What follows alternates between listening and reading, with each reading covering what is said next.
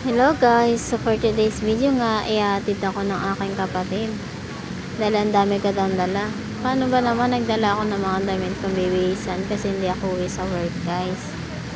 Alam nyo na, nagtitipid ang ate nyo ngayon. So walang pamasahe, kaya mag-stay in ako. Maraming pa pamasahe, kaya papabili ko na lang ng pagkain ko.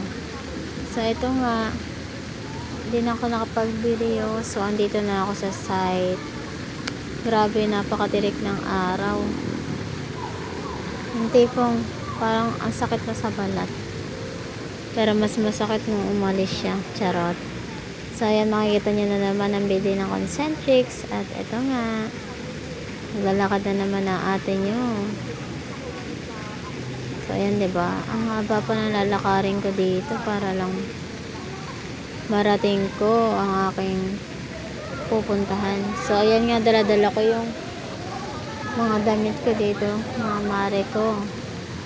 Grabe, ang init talaga, diba? Ayan, ang ganda ng kotse. Sana magkaroon din ako ng kotse. Charot. Sipag at tiyaga lang, diba guys? Lahat naman ng bagay na paghihirapan makakamit natin kapag pinagtsatsagaan.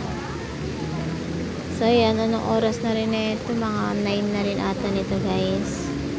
Kaya grabe ang init, magte-10 na.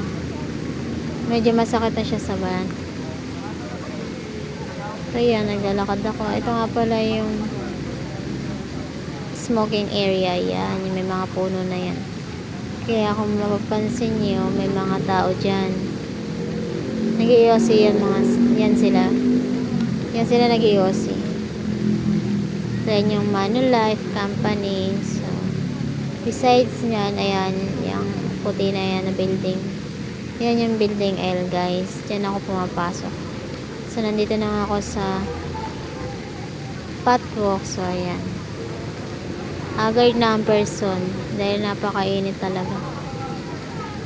So sa mga mag-work dyan, lagi kayo magdala ng payong, lalo na pag pang umaga kayo. Kasi mahirap na masunog yung balat. Sayang ang Kojic. Charot. So ayan, stress na ang ate nyo ngayon. Pero papasok pa rin tayo. So sa mga masisipag dyan, huwag nyo kakalimutan magdala ng payong. Ayan nga pala yung bili ng Manulife. So napakaganda, diba? Nature lover siguro tong concentrics guys. Dahil ang gaganda mga paligid. Yan, may mga bulaklak, puno, malilim siya dito guys. So ito nga, nakapasok na ako sa loob. Ayan, naramdaman ko na rin yung lamig kanina. Grabe ang init guys. Nandito na ako sa locker. So yun lang, pasok na ako guys. Bye bye.